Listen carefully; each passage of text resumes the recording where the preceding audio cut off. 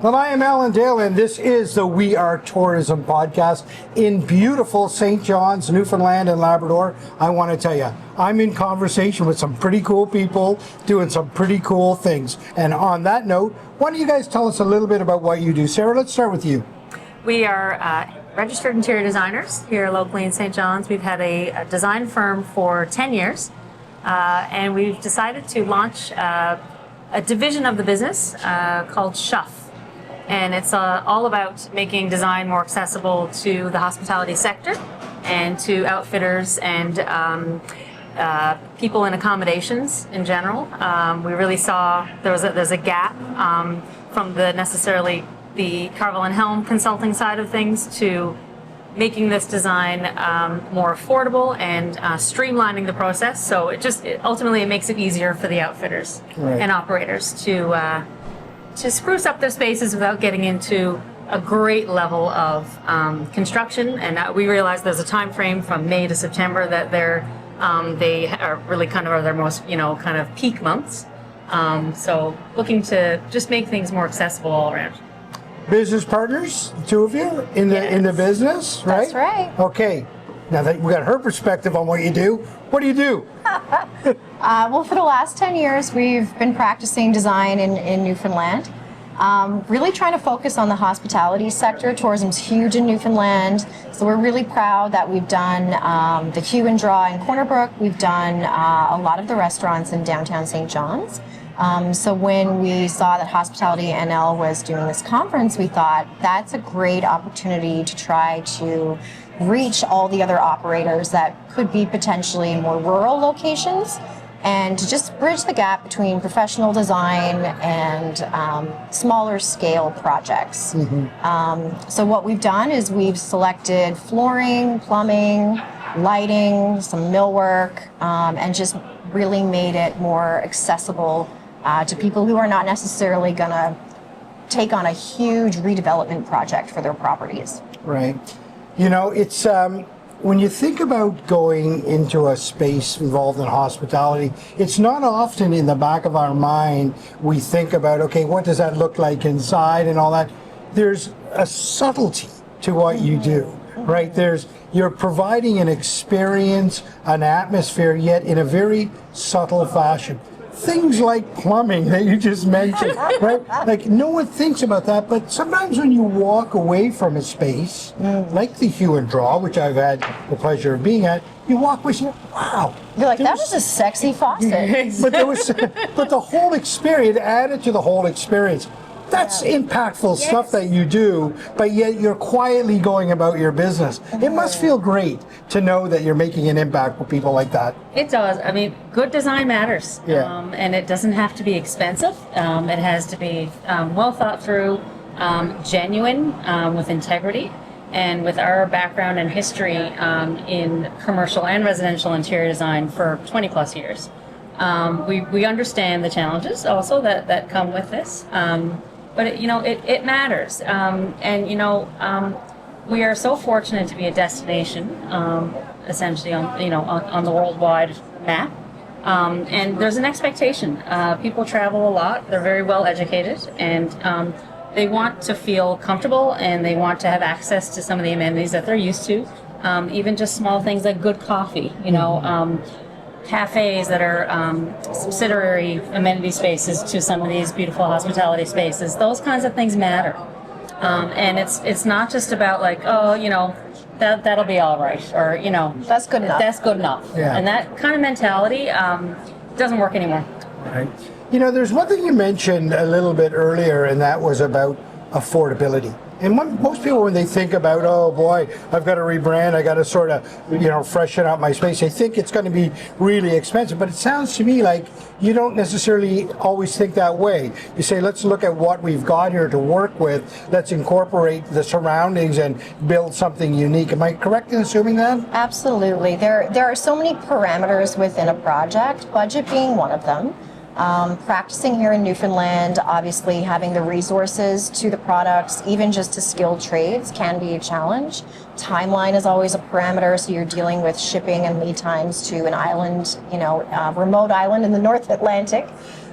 So when we're familiar with those challenges, and the budget is just, it's another piece of the puzzle that we work within. We are very familiar with the cost and the different avenues, the different accounts and businesses that we deal with regularly who work with us on our clients' behalf to bring them high caliber commercial grade products that are not necessarily out of the realm of small operators' means or budget. Right. Now I've just met the both of you for the first time, and I have to tell you that your genuine approach just comes right out, and it's unbelievable. We're so authentic. No, but I mean that in all seriousness. That I feel very comfortable in a conversation with you. You must sort of take that sort of relationship matters to a client as well, because this is a fairly significant thing that you're doing for a client. I mean, you're helping them grow their business.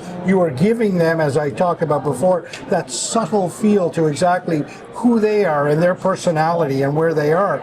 Those are like intimate things. You need good relationships. Very Talk much to me so. about the importance of relationship development in your business.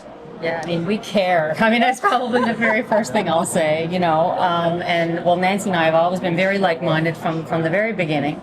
But I will also say we have a team that really cares. Our technologists and project managers, they really these things do keep them up at night. They do. And sometimes they might care more than we do, which is why we love them.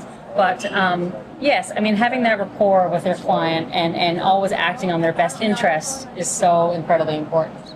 Yeah, and I think too, as entrepreneurs ourselves, as business owners, we have definitely empathize with the struggles, and we too have our own operating budget. So we're very empathetic to those challenges. And yes, we're designers, but we're arguably in the service industry to a degree. So I think when people think about, designing a brand, you might think of a business card or your website. You're not always thinking about the space.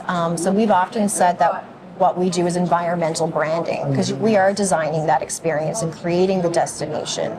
And so we become very invested in the business ourselves, because when the business succeeds, that means the design was successful, right? Yeah, I love that.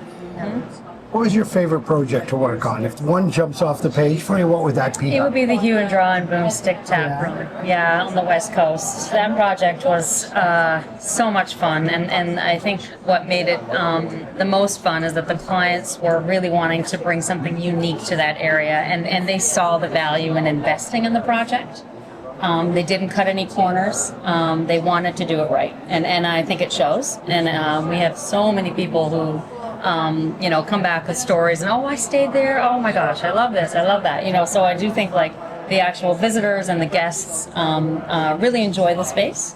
And I think it's really brought some life to hospitality in that region in particular. Yeah. Well, I have a story. I stayed there, and I remember pulling in there that night. I was tired after coming on the ferry from Nova Scotia, and we pulled in that night. And I tell you, from the moment I stepped in the lobby, right on through, it was a wonderful experience. Quite honestly, I felt like I was somewhere else. It was really quite remarkable. You've done a great job. I'm glad you picked up on that one. What was your favorite project? There are so many. It can't be the same one. It can't. No, well, Sarah is the one who led. We have to divide and conquer, and I have had so many incredible experiences. But I think the most fortunate to have worked on the Terre Restaurant and Cafe at the Alt Hotel. It was very, we appreciated quite a bit at the time. We'd only been in business for 5 years, and Germain Group saw the importance of hiring a local design firm to create that space. And they were an incredible client. We're so proud of that space. The restaurant's been a huge success. We also, was the first time I think we worked with a graphic designer, Krista Power, to do the custom wall covering in the cafe. She has since been on our team full time for 2 years. We've started a second business with her doing custom wall coverings called Second Empire Surfaces. So it's just really interesting looking back on how that project led to so many other relationships, as you mentioned, not just with clients, but with other professionals and other designers here in the city. So I think that one's probably my favorite. Yes. Well, I got to tell you, so I've also had the pleasure of being there as well. And, again, when you go out to dine in the evening, the food is one thing, the flavors and the way it all looks, but it's also the touch and the feel and everything around you that adds to the entire experience. And you knocked it out of the park with that restaurant. And the so well space done. needs to match the caliber of the food too, in that instance, And also Sarah and I worked together on that one, so that's also Yes, made it that's fun. We don't often have time to do that these days. Outside of the hospitality, before we sort of went on, you talked about a special project in one of the older folks' homes, and it sort of caught my attention. Could you just expand on what you did there? Yeah, leave so- Nancy with that one because she definitely led the interior design on that one. So there's a local assisted living development, Bishop's Gardens, and to their credit, new to our market was a seniors day home. So you don't need to be a resident. You can just live at home with your family, but attend the day home during the day. And a space in that day home was a diner that we recreated. And so it feels, I think, for seniors spending their time there, it's a very social atmosphere. You feel like you're being, like they're probably, it's quite nostalgic, but I do feel like it feels like a public space. And they're able to bring family and friends in, and I think it's been very well received. I really feel like they need to have like a 40s, like 40 and under, 50 and under night because people want to go. And right now it's not for us. What does it feel like to know that you're making such an impact in people's lives? And I know you probably don't think about Well, I that was gonna say, I don't know if often, that's how I right? feel. But you have to know that when you bring something like that into a facility like that, you're really impacting people in a whole different way. How does that feel? I mean, it definitely feels good. I tell you what feels good is when the client is, we went to the grand opening of that particular space we just talked about. And That was amazing. it was amazing. Like the way he addressed the crowd and expressed how much it meant to their team the community and because it was the first of its kind to release that kind of a program in this community. Right. You see it a lot in other parts of the world, but so I think just seeing their being so proud of their space and again, yes, we reflect, we're excited, but then at the end of the day, I mean, it's not about us taking the credit. It's the result, I guess, is kind of what makes it successful and makes us proud. And then it's like, okay, how can we repeat that again?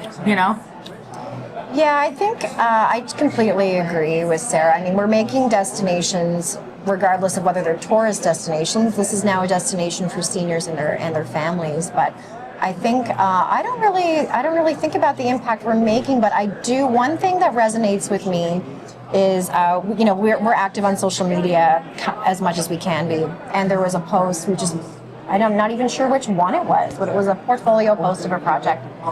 And there was a comment that still sticks with me. This was years ago. And this person said, "Thank you for making our province just a little bit more beautiful."